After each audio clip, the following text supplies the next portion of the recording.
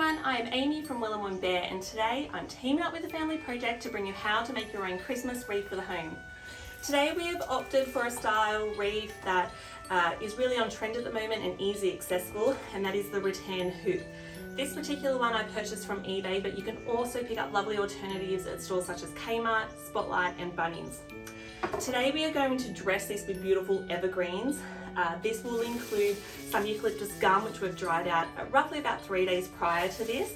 This will be complemented with beautiful Christmas foliages such as spruce and pine, all that have that really lovely Christmas scent. Keep in mind with the spruce that it does tend to drop its leaves, so if you're wanting the wreath to be really nice and fresh for Christmas Day, avoid making this till probably about 2 weeks out from Christmas, because that way it won't have dropped its leaves by then, given that we haven't had extreme warm weather.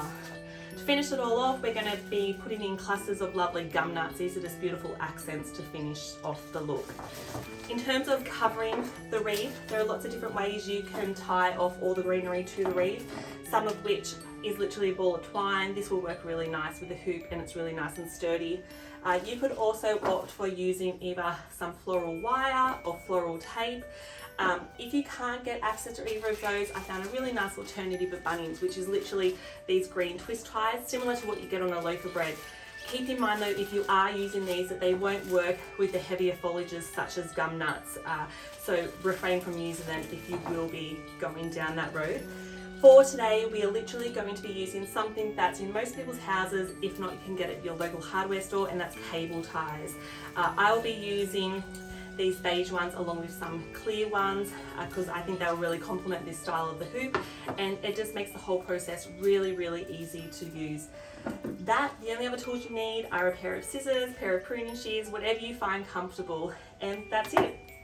So let's get started. Okay, so here we've got the wreath, and what we're going to start to do is just layer the different foliages around the hoop on top of one another.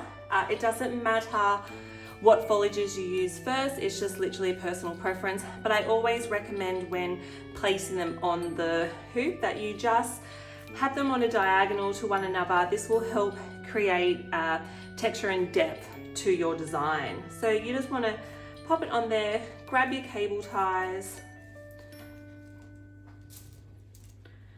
and place that directly on to the hoop.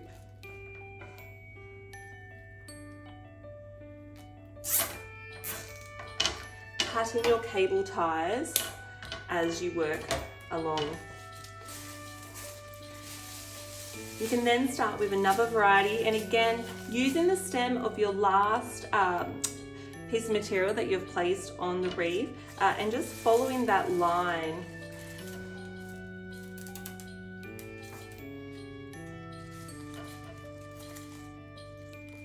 Now, another thing, you don't always need to alternate between the different foliages. If you wanted to create more of an impact with a certain type of foliage, such as the gum, if you wanted a bigger cluster of it, you simply go straight after and cluster it straight on. For the purpose of today, I am keeping the design quite tight just so it can be caught on camera.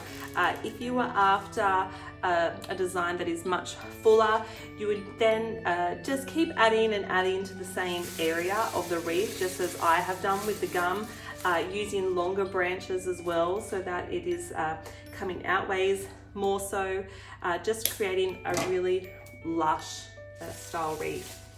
So I'm going to keep going with this, again just following the angle of the wreath,